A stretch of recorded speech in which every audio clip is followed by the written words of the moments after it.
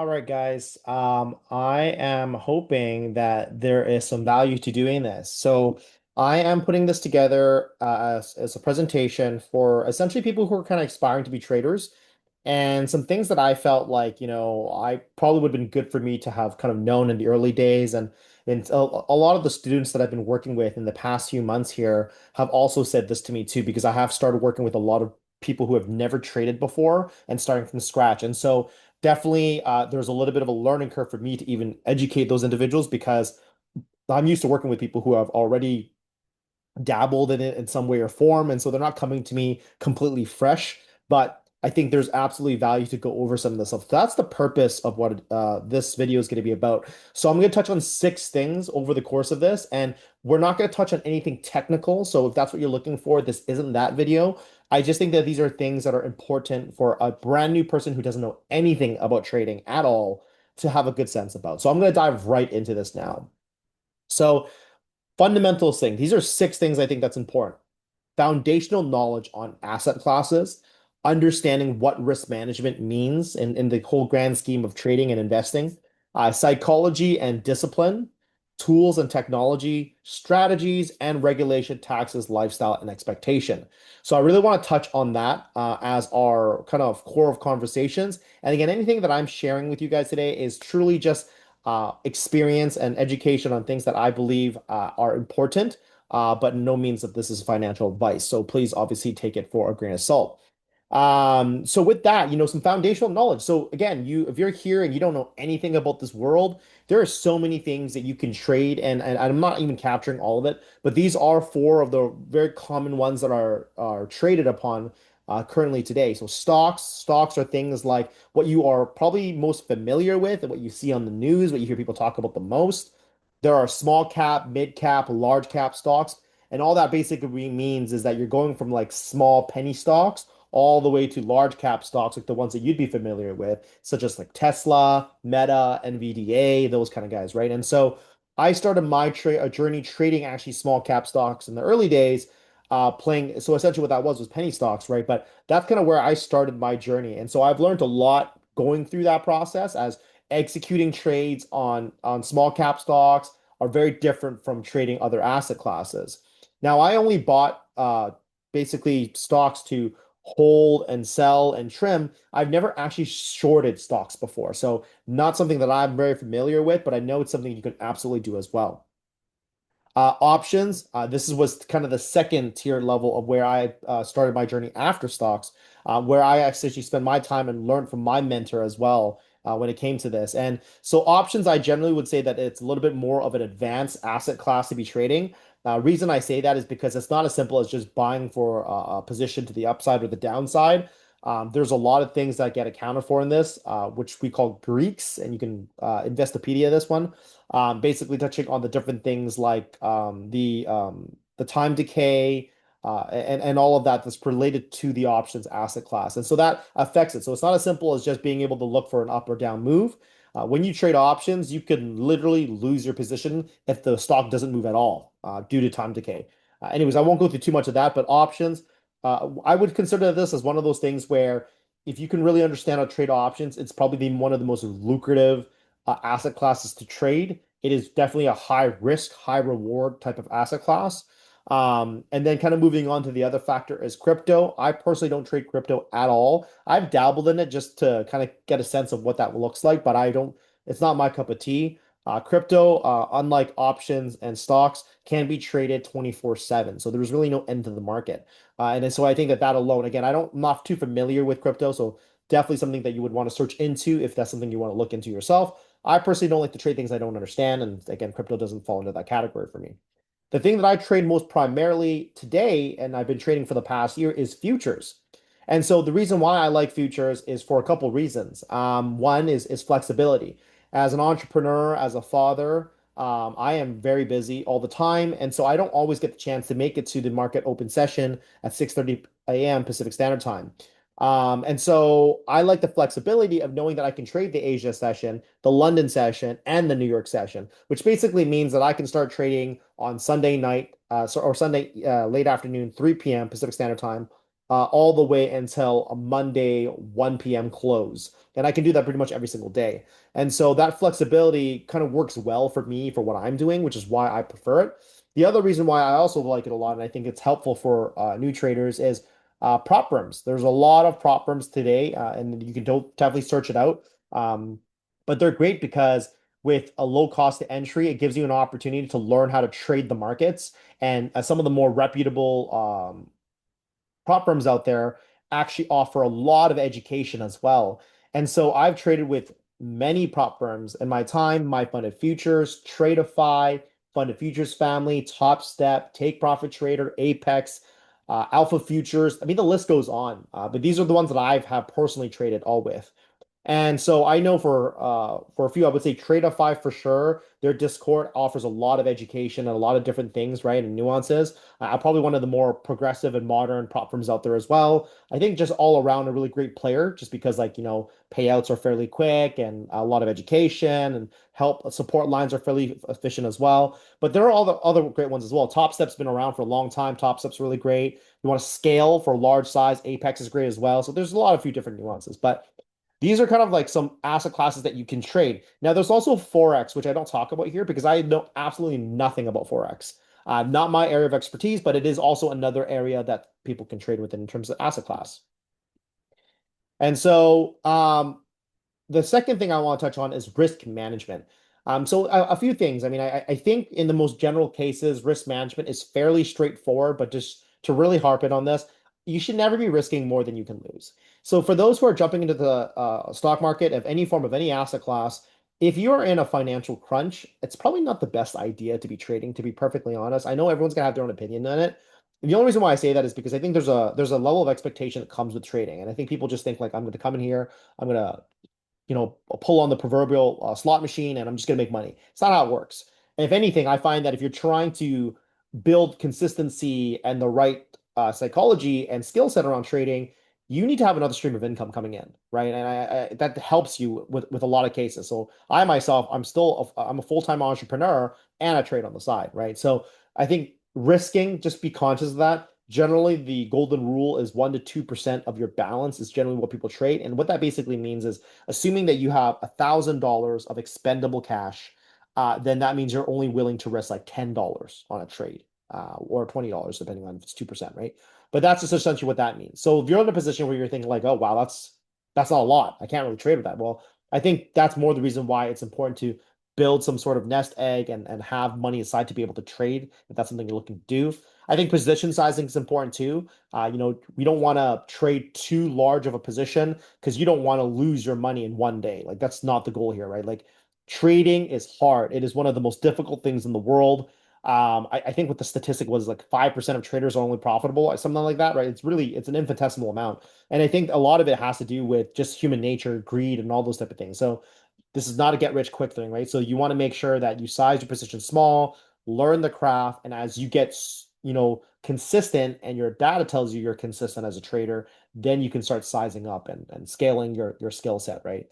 Um, Stop loss orders, you'll learn about that when you decide to trade, but essentially making sure that in the same way that you have a profit target you're trying to hit, ensure that you have some sort of a protection, like a stop loss, where it means that if a trade goes against you, it automatically sells its position. That way you're not losing and hemorrhaging more than you can afford.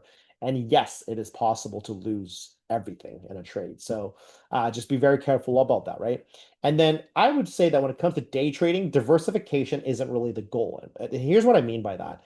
When you're a long-term investor, you might want to buy 5, 10, 20 different stocks and hold them for a longer time.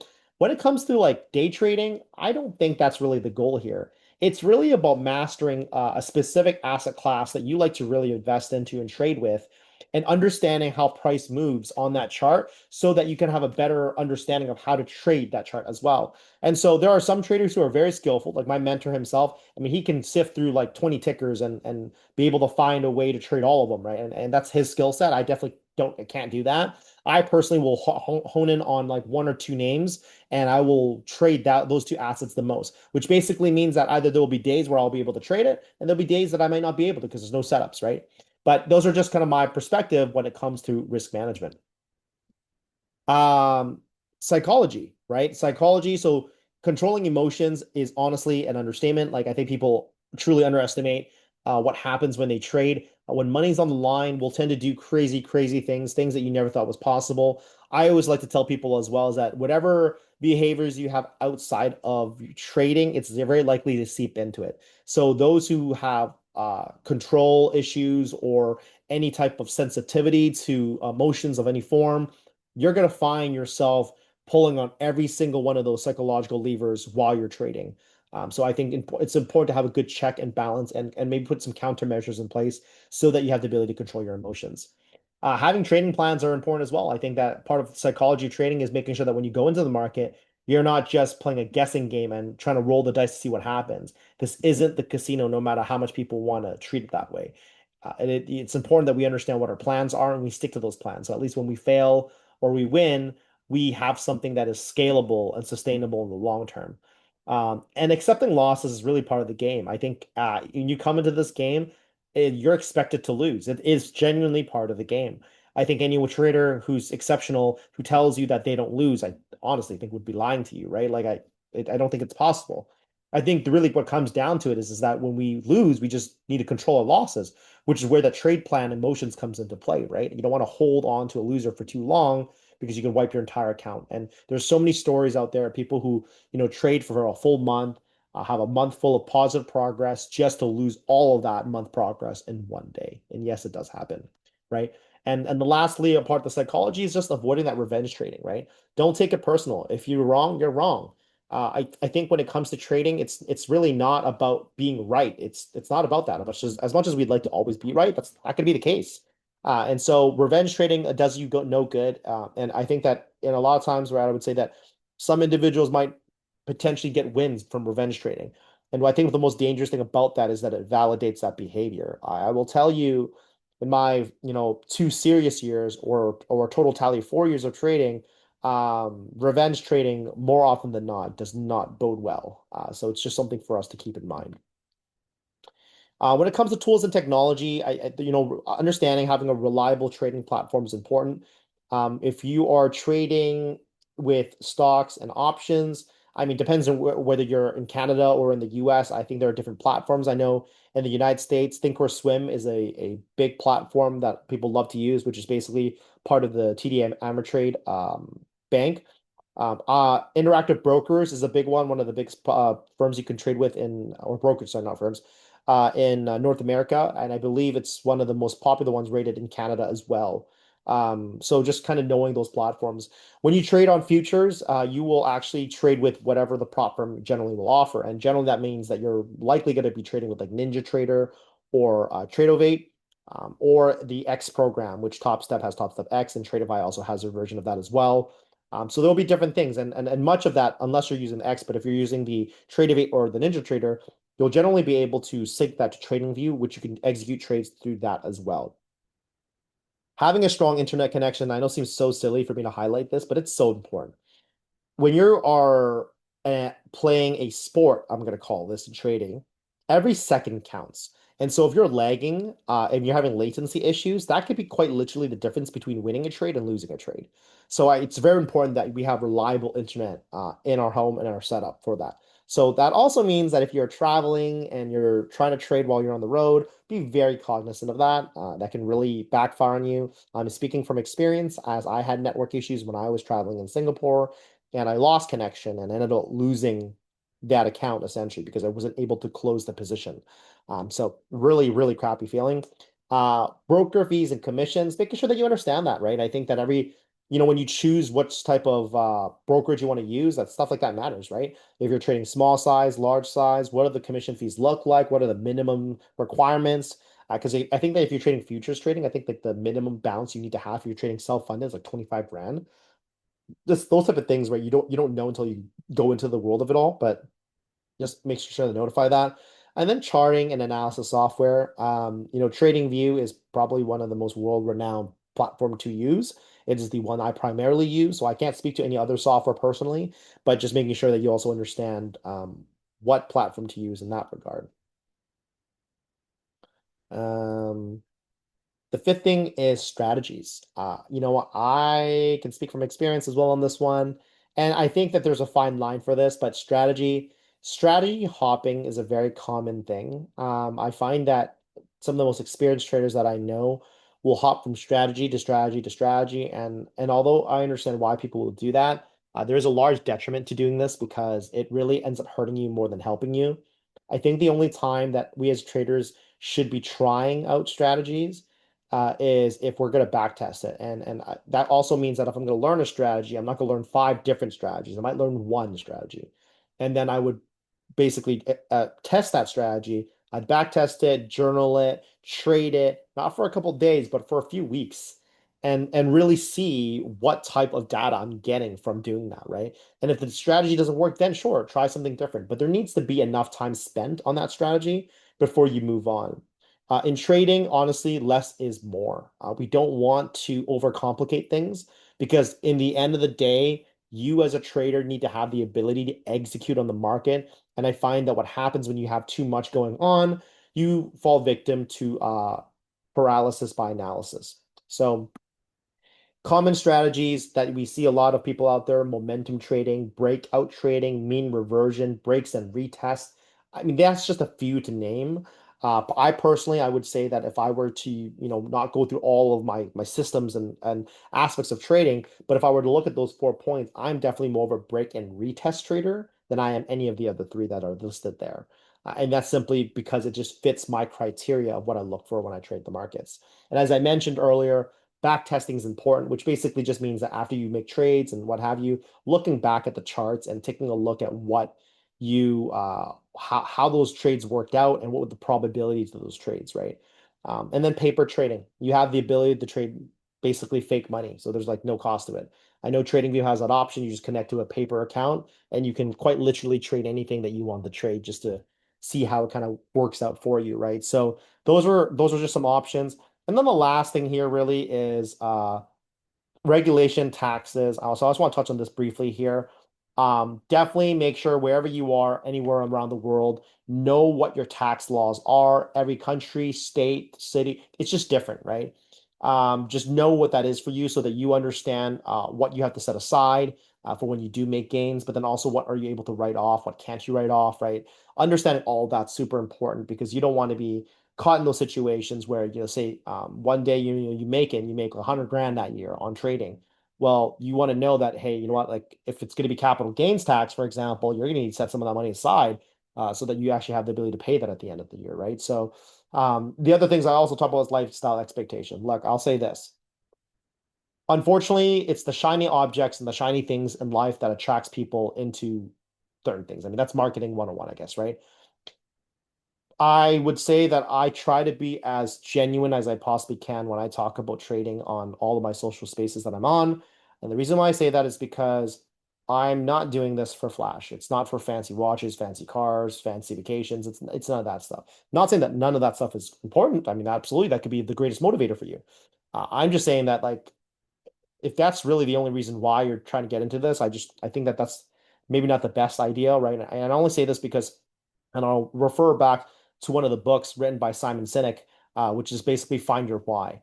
I've always talked about this in my career, and I talk about this with colleagues and entrepreneurs as well. What is your why for doing this? I do think that like your why is absolutely critical for you because if you are doing this for very surface level reasons, you may not stick it out for long to be able to come to realization of what you're capable of in this market, or you might show your trading behaviors as a person who's trying to get rich quick, which is also not really a realistic expectation, right? So I just think that that's important for us to be able to understand that. Like there are people who go through 4 or 5 years and they don't ever make money. And so when I say that, I think that's important for everyone to understand, right? Like, don't walk into this thinking like I'm going to learn this tomorrow and I'm going to start making money. People do this for 5+ years and they still don't make money. It's hard. It's really hard, which is why, in the earlier the lesson I talked about the risk management. It's important that you're trading very small, very light.